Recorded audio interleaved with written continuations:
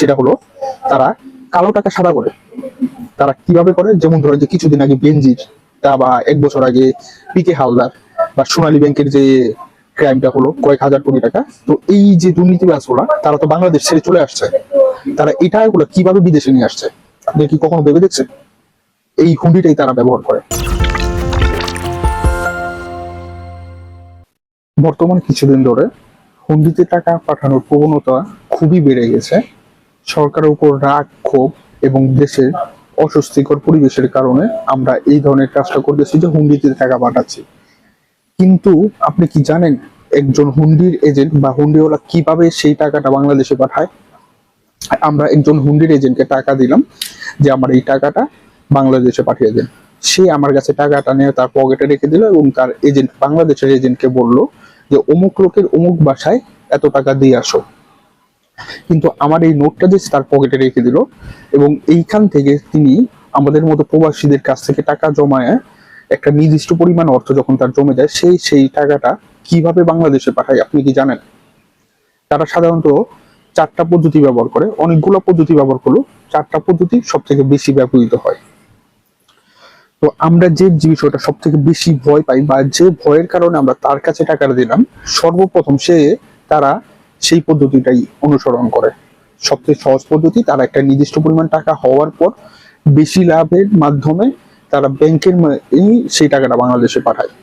এটার নিয়ে একটা আলাদা ভিডিও হতে পারে, কারণ এখানে কালো টাকা কিভাবে সাদা হয় সেই বিষয়টা জড়িত আছে।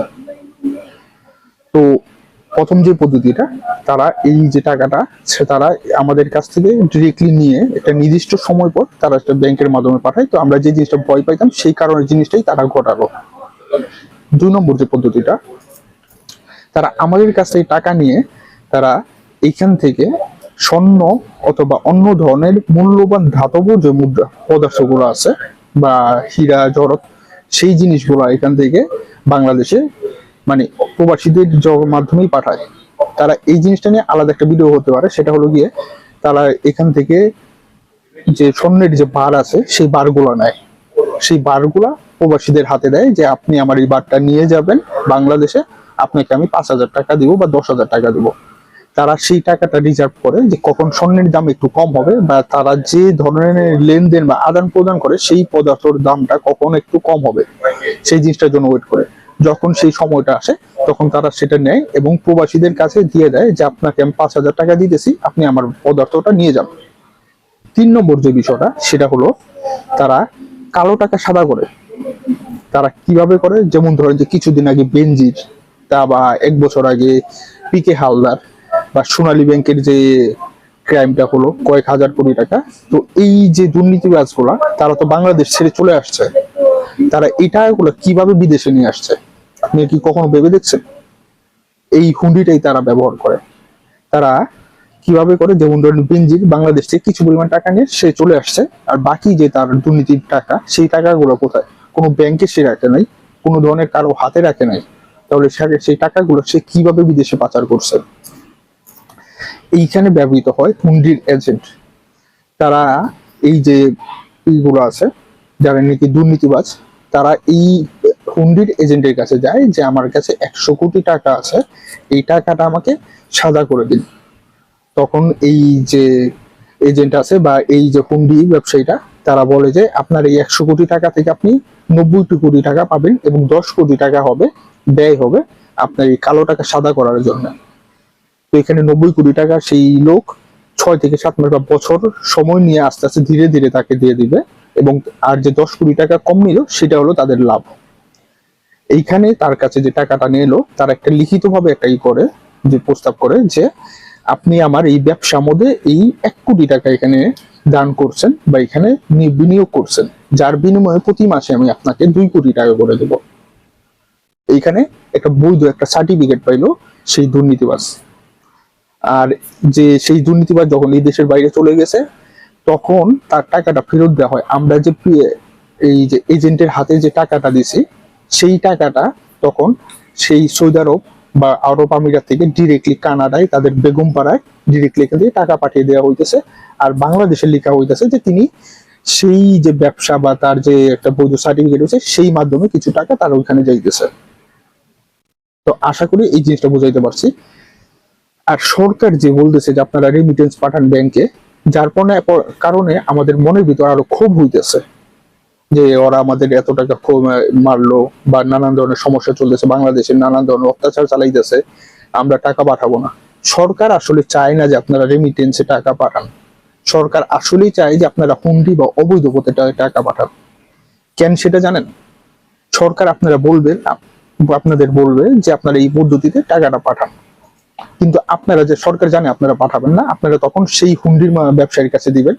এতে সরকারেরই লাভ হবে, যারা নাকি সরকারের এই ব্ল্যাক মানির সাথে জড়িত তাদের টাকাগুলো সাদা হবে, এবং তাদের টাকাগুলা দেশে থাকবে তাদের টাকা, এবং বিদেশে আপনার টাকাটাকে সে ব্ল্যাক করে নিয়ে যাইতেছে।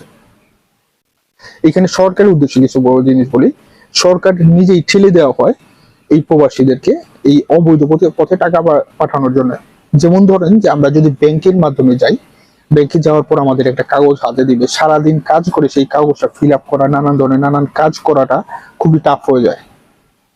তো তখন যে বিষয়টা হয়, আমাদের এই কাজগুলা করা, বা মানে সারাদিন কাজের পরে তাদের সেই ফর্ম ফিল আপ করা, মানে সেই ব্যাংকের আন্ডারে কথা বলা, বা বাংলাদেশে আমাকে বিভিন্ন ধরনের কাগজপত্র দেখাইতে হবে, আমার ভিসা দেখাইতে হবে, আমার সার্টিফিকেট দেখাইতে হবে, আমার মানে আর্নিং এর উৎস দেখাইতে হবে, যার কারণে বিরক্তির কারণে মানুষ চিন্তা করে যে ইজি পদ্ধতিতে আমরা টাকাটা পাঠাই। তখন আমরা বিকাশ এবং হুন্ডির মাধ্যমে টাকাটা আমাদের পাঠানোতেই বেশি স্বাচ্ছন্দ্য বোধ করি।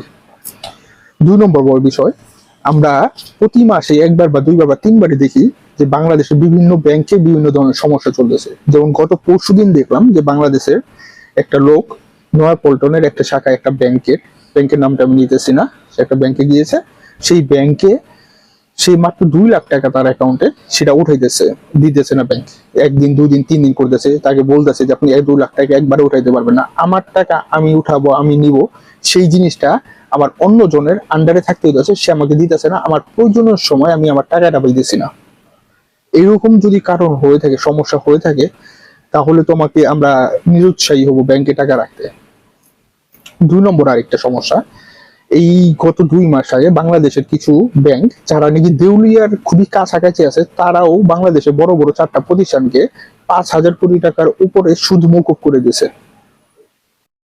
যে ভারটা পুরোপুরি ভাবে সাধারণ জনগণের উপরে আসবে, এবং এইটা নিয়ে নানান ধরনের সঠিক বা বেসঠিক বিভিন্ন ধরনের রিপোর্ট তৈরি হবে। মানুষ আরো এইখান থেকে টাকা রাখানো যাতে না রাখতে হয় বা না রাখে, সেই দিকে অনুপ্রাণিত হবে।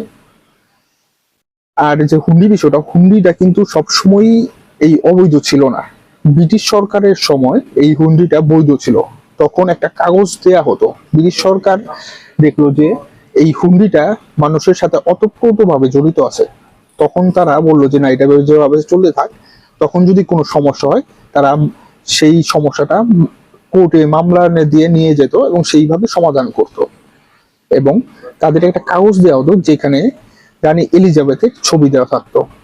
সেই কাগজটার মধ্যে নাম, ঠিকানা, নাম এবং অর্থের পরিমাণ দেওয়া থাকতো, এবং সেই তথ্য বা সেই যে প্রমাণটার ভিত্তিতেই সেই মামলাটা চলতো।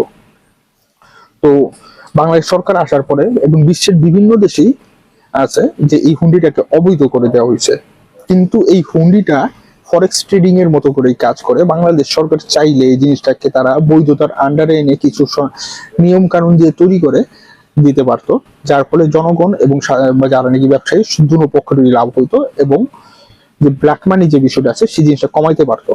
কিন্তু বাংলাদেশ সরকার বা মানে সরকারের বিভিন্ন মহল এই জিনিসটাকে এইভাবেই চলতে দিতেছে, যার প্রধান কারণ হলো তাদের যে কালো অর্থগুলো আছে সেইগুলা যাতে তারা সাদা করতে পারে। এইখানে একটা সিন্ডিকেট কাজ করে, এবং বিভিন্ন ধরনের দুর্নীতিবাজ, শক্তিশালী দুর্নীতিবাজ বলা যায়, তাদের এই মহলটাকে নিয়ন্ত্রণ করে। তো আশা করি বুঝাইতে পারছি যে তাদের এই টাকাগুলো তারা কিভাবে ব্যবহার করে।